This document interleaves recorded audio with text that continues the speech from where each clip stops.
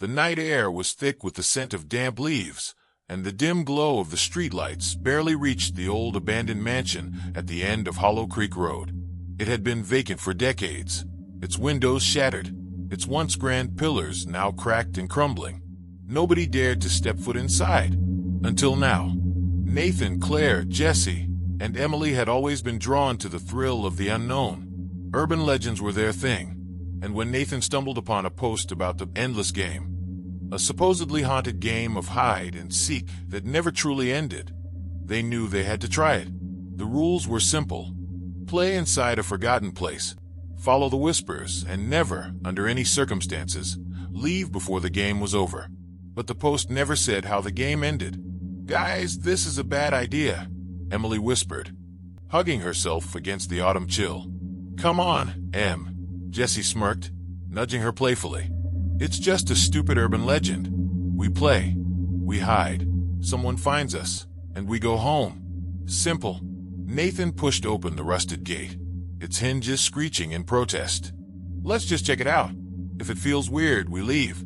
They stepped into the overgrown yard, their footsteps crunching against the fallen leaves. The mansion loomed before them, its darkened windows like hollow eyes watching their every move. The front door, surprisingly, was slightly ajar, as if it had been waiting for them. Claire pulled out her phone. "All right, let's make this official.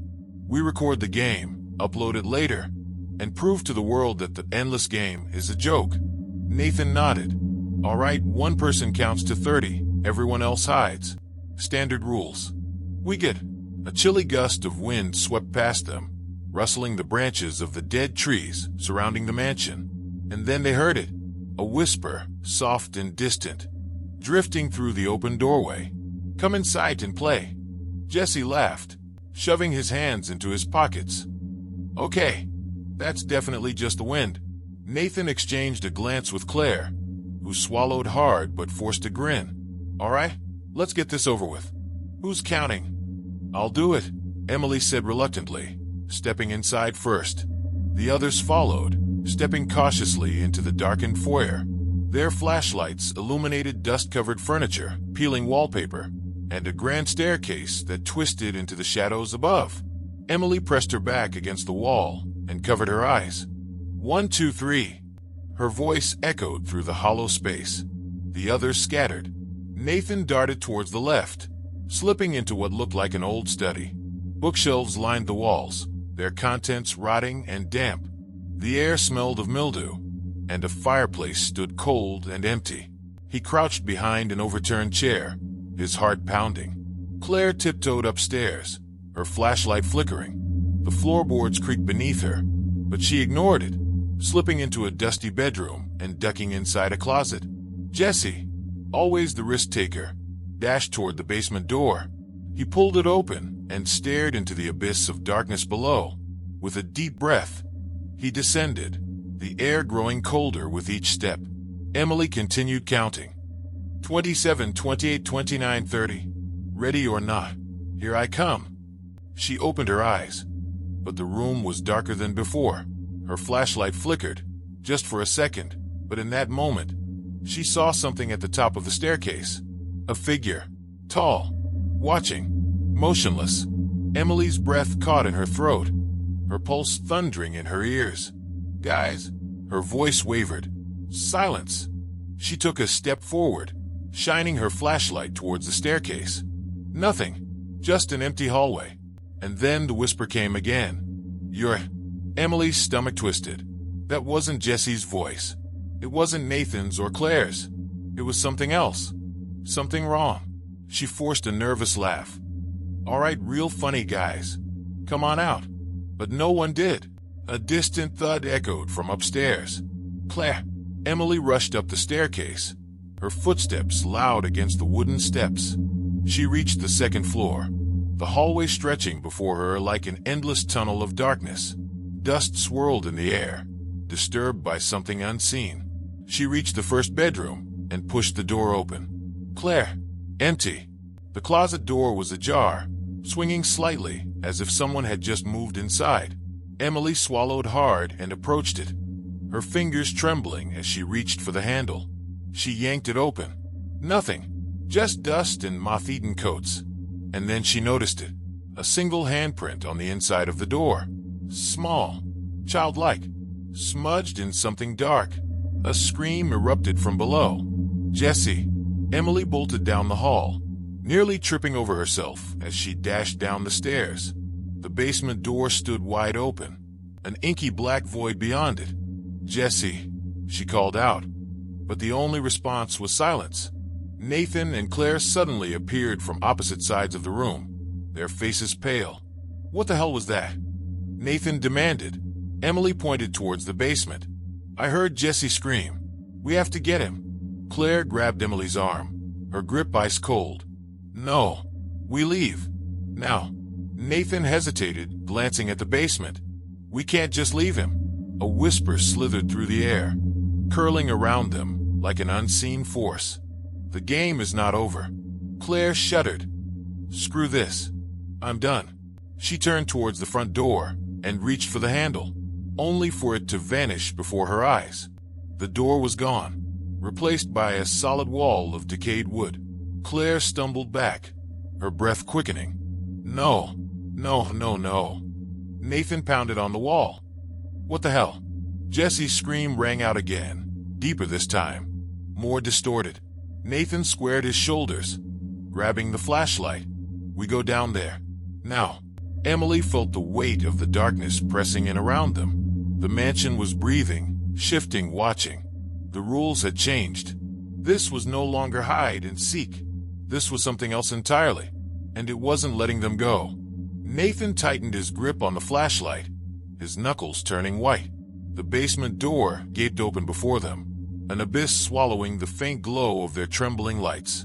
Emily hesitated, her feet rooted to the dusty floor. "We shouldn't go down there," she whispered, her voice barely audible. Claire's breath was shaky, her fingers clutching the hem of her jacket. "Jessie's down there. We have to get him." Nathan swallowed hard and stepped forward. "Stay close. If anything feels wrong, we go back." They took their first steps into the darkness, the wooden stairs groaning under their weight. The air was thick, heavy with the scent of damp earth and decay. With each step downward, the temperature plummeted, their breath turning to mist in the dim light.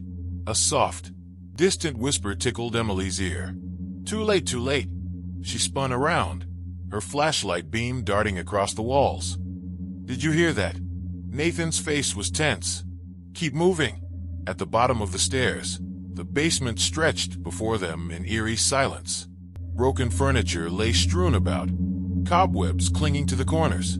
A single, rusted light bulb dangled from the ceiling, its flickering glow barely piercing the darkness. Then they saw it, a trail of footprints, leading deeper into the basement. Jessie's footprints. They followed the path, their footsteps barely making a sound against the concrete.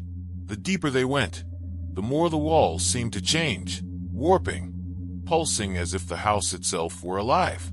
And then they reached the door. A wooden door, old and splintered, stood at the farthest end of the basement. Unlike the rest of the mansion, this door looked untouched by time. Nathan pressed his hand against it. It was warm. Claire took a step back. "This isn't right." The whispering returned, growing louder, overlapping voices speaking in hushed tones, a cacophony of words they couldn't understand. Then, a knock. 3 sharp knocks from the other side of the door. Emily gasped, grabbing Nathan's arm. "Jessie, is that you?" Silence. Then the knob slowly began to turn. A low, guttural breath rasped from behind the door, sending a wave of dread crawling down Emily's spine. The air thickened, heavy with something unseen yet suffocating. Nathan stepped forward, gripping the rusted handle. "Jessie, say something." Silence. Then, the door burst open with a violent force, slamming against the wall. A rush of freezing air howled through the basement, extinguishing their flashlights in an instant. Darkness swallowed them whole. Claire screamed, clutching Emily's arm. "What the hell was that?" Nathan fumbled for his flashlight, his fingers trembling. "I can't see anything." Then the whisper returned louder, surrounding them from every direction. "Run." A shadow moved in the abyss. Not Jessie. Something taller. Something wrong. Then it lunged. A chilling gust of air slammed into them, knocking Claire to the ground. Nathan stumbled backward, swinging his flashlight wildly, but the beam flickered and died, swallowed by the oppressive dark. Emily gasped as invisible hands gripped her arms, icy and unrelenting. "Run!" Nathan bellowed, seizing Emily's wrist and dragging her toward the stairs. Claire scrambled to her feet, her breath coming in ragged gasps. The shadows swirled around them, twisting, morphing into grotesque shapes that loomed ever closer. The whispering voices rose in a deafening crescendo, the words now clear. "Stay! Play forever!" Jesse's voice echoed through the darkness, but it was wrong.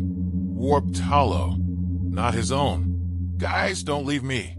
Nathan hesitated, his body frozen in indecision. Emily yanked on his arm. "That's not Jesse.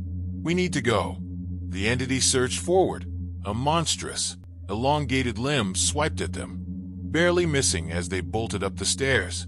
The air thickened, resisting their every movement. Their limbs felt like lead, but they pushed forward, the basement door looming ahead. Claire reached for the knob, twisting it desperately. It wouldn't budge. Behind them, the whispers twisted into laughter, mocking, hungry. Then, a cold hand clamped onto Nathan's ankle. A jolt of ice-cold pain shot up his leg as he was yanked backward. His fingers scraped against the rough wooden steps, but the force pulling him was relentless. Emily screamed, dropping to her knees to grab his arm. Claire threw herself into the struggle, grasping at Nathan's other hand. The darkness roiled below, shifting unnaturally, as if the house itself was alive and hungry. "Hold on," Claire cried, pulling with all her strength. The laughter from the abyss turned into a deafening shriek. The unseen force tightened its grip, dragging Nathan downward inch by inch. His nails clawed at the floor, his breath coming in panicked gasps. "I can't, it's too strong." Emily's eyes darted around frantically, searching for something, anything, that could help. Then she saw it. The flashlight. It lay a few feet away, flickering erratically, its weak glow barely illuminating the chaos. Without hesitation, she lunged for it, grasping the cold metal casing and turning the beam directly at the thing clutching Nathan. The shadow hissed and recoiled as the light hit it, its form writhing as if in agony. With one final, desperate pull, Claire and Emily yanked Nathan free. The force released him suddenly, sending all three of them tumbling back against the stairs. "Go!" Nathan shouted, scrambling to their feet. They lunged for the basement door. Claire twisted the knob, praying it would open this time. The whispers surged in fury as the darkness behind them pulsed and swarmed. The door burst open, throwing them into the hallway. They scrambled forward as the door slammed shut behind them with a thunderous bang. The house fell silent, gasping for breath. They lay on the floor, staring at one another. Nathan's ankle throbbed, but he was alive. Emily clutched the flashlight like a lifeline, her hands trembling. Then, from behind the door, Jesse's voice whispered one last time, "It's not over." The air grew deathly still, and then the lights went out,